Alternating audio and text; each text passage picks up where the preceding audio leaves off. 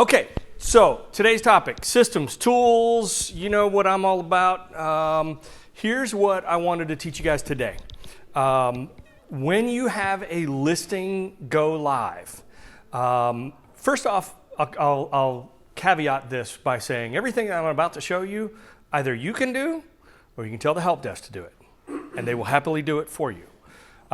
If you're anything like me, you might be a little bit of a control freak, and you like to know how to do stuff yourself so that if something goes awry, if something changes along the way, you're familiar enough with it to know how to make those changes. So here's what we're going to talk about today.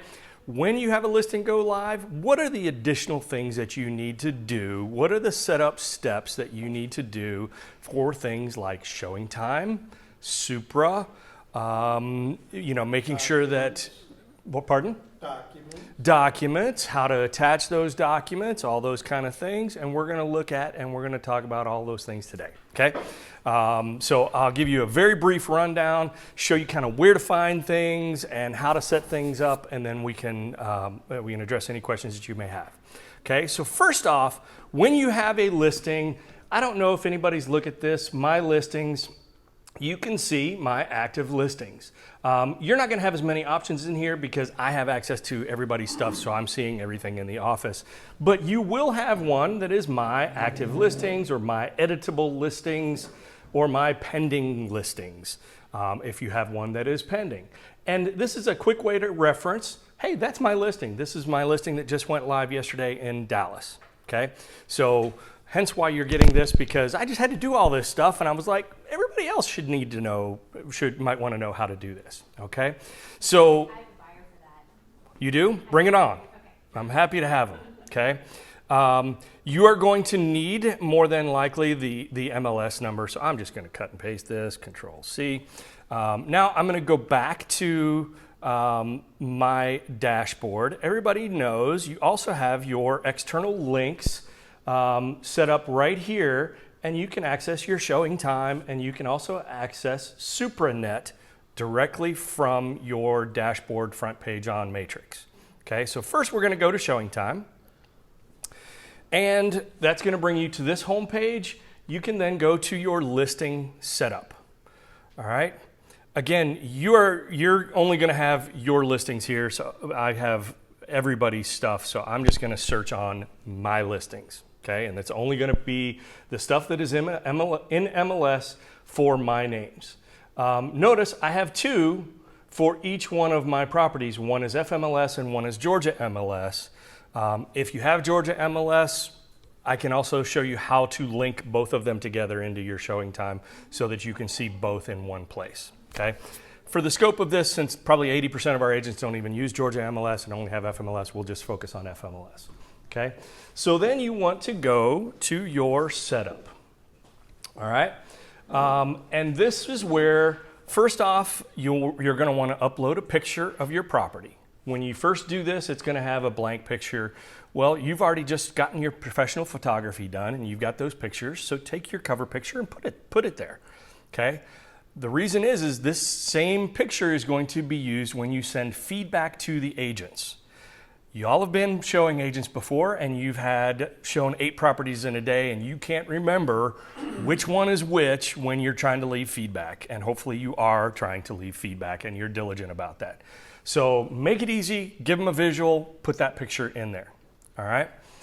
The next thing you're going to go through is just kind of go down through the menu, and you can set this up as either being virtual appointments, in-person appointments only. You can set it up as appointment required.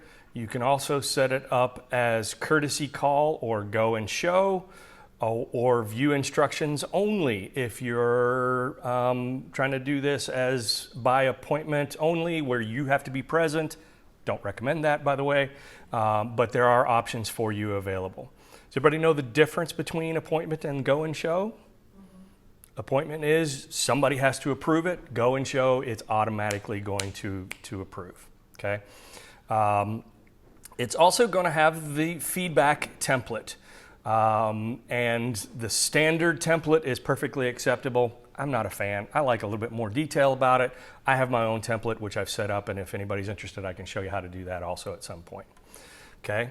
The biggest thing is I want to make it as easy as possible for my client to see what's happening with their listings. The seller should know if they're getting blown up on showing appointments. This one went live yesterday. I had 6 showings yesterday alone, and I think I've got 8 more today. So I want my client to see that activity. So I'm putting him in here, even though I don't necessarily, he's already in Florida, he doesn't care. He doesn't need to do the approval. I'll do the approvals for him, but I didn't want to do this as courtesy go and show because, I don't know, I'm just a control freak, I guess. But I want him to see the activity. And sure enough, last night, he sends me a text and he goes, holy smokes, showing Palooza. And I'm like, yep, welcome to the Atlanta marketplace, okay? But when you do this, when you originally get here, you're the only person that's going to be here, all right? So you have to go in and add a co-owner or occupant, or if you happen to be partnering with another, I know that at least one of you in the room is doing a co-listing agent. You add a co-listing agent on here, and you simply go in and you will add new and you fill in their information. It's a simple menu. And that will put them in here. And then you can specify whether they're going to get this via text, email, push. Push goes to the Showing Time app, which you can advise your seller to download. Or you can do Showing Voice, which is a voice recording that says you have a showing request for tomorrow at 3. Approve, yes, punch 1, decline, punch 2, whatever. All right. Then you get to the appointment restrictions. You can specify a lead time. I would recommend at least a required lead time of 1 hour. In other words, if they're 15 minutes away and they request an appointment, it's not going to let them do it for another hour. And a suggested lead time, probably 2 hours. Okay. Pardon? 1. Just makes it easier to control the traffic level within the house. If the house is vacant, you can set it to 0 if you want. I don't know. I'm a creature of habit. Okay. You can also specify the minimum appointment length and the maximum appointment length. Unless this is a multi-million-dollar, 8,000 square foot mansion, 30 minutes should be adequate for just about anybody. All right. So I would not suggest anything more than 30 minutes. Allow scheduled overlaps. All right, this is we can debate this if you want. I want some overlapping appointments, especially for a house that has a lot of demand. It creates a sense of urgency. It creates a sense of competition, and ultimately, you're trying to sell this house, and you want to get the best deal for your seller. It's okay if they're lined up down the street. Okay, they should be. I like to do this as maximum number of overlaps as 2. You can specify this as anything that you want, but I strongly suggest you go in and change these settings because they default to things that you may not want to do. All right. I do like to, if there is an overlap, at least tell the showing agent that there's going to be an overlap so that they don't show up and think that they're going to have the full run of the house. Okay. Any questions on that so far? All right. Here's where you can also link in your Supra iBox into your showing time activity. The systems do link and you'll be able to see their activity, and I'm going to show you that here in just a minute. But it's very simple to specify the Supra iBox, the serial number, the location and where it's at, and you can even put the CVS code in. That might be helpful later on when you're doing an inspection, when you're scheduling the inspection, that information is available to them. You can put instructions, and there's nothing cosmic about this. Add from a preferred, from a list, and you can go down through and click each and every one of these, and that's going to give these instructions. Please do not adjust the thermostat, leave a card, lock the doors, secure the lockbox, etc., etc. The directions are automatically going to be pulled from the directions that are in your MLS. So you typically don't have to do anything with that. All right. We got holiday weekend coming up. your client may call you and say, I don't want to show my house on Thursday at all. You simply can come in, there's a tab over here, and you can enter a new showing restriction to block any requests from even coming in on Thursday, Thanksgiving Day. Very, very simple, okay? If you're setting this up, and the reason I'm showing you all this, if your client says, I want to add my wife to this, you can send it to both the wife and the husband at the same time. One of them can approve it first. You can, if they say, I just want to be informed, you can change the settings on this. I don't want to get the text message. I only want to get it via email. You can change all of this. Very, very simple, very, very easy. So by adding them here, would that make them be able to approve or disapprove? Absolutely. This is the only way you can get them to do that. And again, the help desk can do this for you, or you can do it yourself. All right? But if the help desk does it for you, you've got to provide them the information so that they can do that. All right? To me, it's just an extra step. I'd rather do it myself. It's up to you. Yes, ma'am. What's the benefit of allowing your client to decline showings? So it gives them the flexibility of managing their lifestyle. If they've got, kids that are napping in the middle of the day, you can come in and enter a restriction between 2 and 4 that the baby's napping. You can do that. It could be that particular day, they're going grocery shop and they're going to be out of the house anyway, so it's no big deal. It gives them the flexibility, and you can say you're in control. If 3 o'clock doesn't work, there's 3 options: accept the appointment request, decline the appointment request, or propose a new time. Say 3 o'clock doesn't work for you, but 5 o'clock does, put that in there. More than likely, if there's enough demand in the marketplace like there is now, it'll work. Okay? It makes it easy for you as the agent, because if you have appointment, because you have to confirm with the seller every time, right? If it's appointment coming through to you, you have to at least there are cases where you have to confirm it with the seller every time. So if you're getting 10 requests a day and every time you have to call the seller and ask, is this okay? Yeah, that's why. I don't want to be the middleman. I've got enough to do. I've got enough business that this is not my sole. I'm not going to hatch this egg. I'm not going to babysit it the entire time. And why reach out to somebody 10 times when you can set them up and they can mash a button and get it done? Okay? The other thing about putting your client in here, even if it's just as a courtesy so that they see the activity, is this is the same information that controls the feedback after the showings. Okay, so when a showing comes in and the agent does feedback, I want that feedback to be shared directly with the client. Let me show you how this works. Once you've got your client in here, now you can you see this listing activity report? This is such a wonderful little tool, okay? This gives you all the information that you need to be able to share with your client in one place. Total number of appointments, appointments in the last 30 days, appointments in the last 7 days, and it graphs them out. This is how many showings I have this week so far. I've got 1 scheduled for next week. Then you can compare this to, remember when we had this listing appointment and we said we're going to look for 3 to 5 showings per week, and for every 10 showings we get an offer? Here's where you can show them the metrics of where they really were, okay? Then you see the entire activity set up down here. I had 2 canceled showings so far. I've got 1 in the future. And you have all of the agent's information, and you also have the feedback right here. All right? So far, in 2 days, I don't have any feedback on any of my listings. Now, if I was on the market for an extended period of time, I would be actively soliciting feedback from these agents, okay?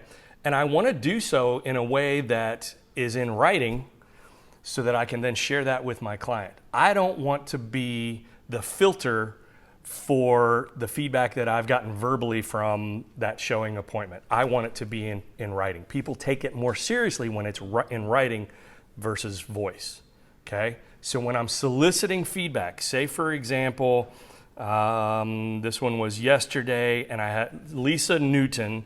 I've got her phone number right here. If she hasn't left feedback, I'm going to come right here. First off, I'm going to dial that phone number. I'm going to say, hey, Lisa, this is Jay from Century 21. You showed my listing at 177 Sweet Gum yesterday. Just want to see what your buyer thought of it. And as I'm doing this, this is my feedback form. I'm going to fill this out. I'm going to do it for her. Okay? And I'm going to record this information, and I'm going to say anything positive. They love the front yard, dislike the wallpaper in the bathroom. It's good feedback, right? Try to make it meaningful, try to make it significant and valuable to the seller. I'm going to save it. And then when you save it, you can, it's not going to show up here. There's, because I haven't actually physically done it, but there's an option to then share that feedback and publish it to the seller, okay? Which is driven off of you put the owner's name in there, all right? So now you have physical evidence, and you're not filtering it. You're getting direct from the horse's mouth what they thought of your listing. Yes, ma'am. So if you share the feedback with your client, can your seller see the agent's information? Or No. Well, when you're doing the listing setup, let me show you back here. There's a way to hide it from them, which is the way I would recommend that you set it up. Refresh my memory where it's at. Share showing agent details with your client. You can say default is no, do not share. You can also say yes, share the agent's company only, share the agent's company and name. There's the settings for that. Okay? so by default, it's just going to give the information. Yep. Okay. It's just going to say it was shown by, or it was shown yesterday at 3, and here's the feedback. Okay. Okay? So this helps you if you ever get to the point where you're doing a price reduction or a price adjustment, price improvement, whatever we're calling it, in terms of how you want to frame it. But this gives you the ammunition to be able to earn that price reduction. Price reductions are not given, they are earned. Okay? And this is your ammunition to go for that. Tom. And there's a way, and maybe you're getting to it too, that if, when you do that price reduction, you can send a notice to all the Absolutely. agents who have shown it in Yep. the past. So this one just went live yesterday. Haven't got any. I've got one offer, an investment offer so far. Haven't established a deadline. I haven't established highest and best yet. If and when I do, you see this little send notification? Send notification allows you to go in and put to send a message to all agents that have shown this property in the past 180 days, and all listing agent contacts, all agents in my firm. So if anybody has in the past requested a showing or in the future requested a showing, I can come in here and say other. I'm going to title this highest and best. You can basically tell them, okay, I've got a deadline of Friday by 5 o'clock. And this will send a notice to everybody that's in that list. Okay? You can then email that report. You can download it. You can print it. This is what you would take with you if you're physically meeting your client to talk to them about a price reduction at some point in the future. All right? I'll show you one other little trick, one other step. The showing time setup is an important thing when you put your listing live. The next thing is you want to link in your Supra box, the Supra box that is placed on the house by Zach, or if you've delivered it, whatever the case may be. You may want to know things like, what are the time frames that it's set to open? Is it 9 a.m. in the morning to 9 p.m. at night, or 8 a.m. in the morning to 9 p.m. at night? You may want to know that information. So you go to your Supra net. This is the online version. Usually this is a single sign-in. I can't get in. Don't you hate it when that happens? You would come in here and you would enter the the Supra number that's on the side of the blue box and the shackle code in here, and then you can link that to your laptop or to your Supra account, and then you can access it both from your phone as well as from within Matrix using that link at the beginning. Huddle can do that for us as well, right? Yep, absolutely. Let me see if I can try this again. I'm not sure why it's not. And your online account will let you do that instead of having Yes, but if, say for example, it's set up for 8 a.m. and your client says, I don't want anybody ever having access to my home before 9 a.m. in the day. You can change it in here. You can change it on your account here. But in order for it to program the physical box that's at the house, you can change it here, but then you have to go to the house and open the shackle code to reprogram the box with the new times. We clear? I can do a whole nother session. And next huddle, we want, if you want to, we can do it on the Super box, and I'll show you the techniques for that. But for some reason, I can't get in. And the other thing you can do is you can set up the Super box to provide notifications to you and to your client when the box is being physically accessed. Okay, so that helps your client when they're going out and they're driving around the block waiting for somebody to finish the showings at their house. You can at least notify them when the showing has begun, and then they can drive around until they don't see a car in the driveway, and then they can feel more comfortable going in the front door. Okay? It's also a great way to set it up to when you know somebody's been in there. If the house is vacant and it's not beyond people to go, agents to not use showing time to schedule an appointment, but they might go up to the front door and see, oh, there's no furniture in here, and they access the lockbox. Okay? I want to know about it if they do that. And that's the best way, is setting up your notifications to where you get notified when somebody accesses the lockbox. All right? Is there ever a time where, if you have a showing scheduled from noon until 12:30, that it won't allow you to get in until like noon? Is there a setting in there? Mm-hmm. Because I have been at a house before and scheduled maybe it has been noon, and it would literally not let me go in until that time. The box probably had a restriction on it. Gosh, I wish I could get into this. I'm not sure why it's not letting me in, but I can show that to you the next time. See me after. We'll log on. I'll show it to you. Okay? That's all I got for y'all. Sorry we went a little bit long.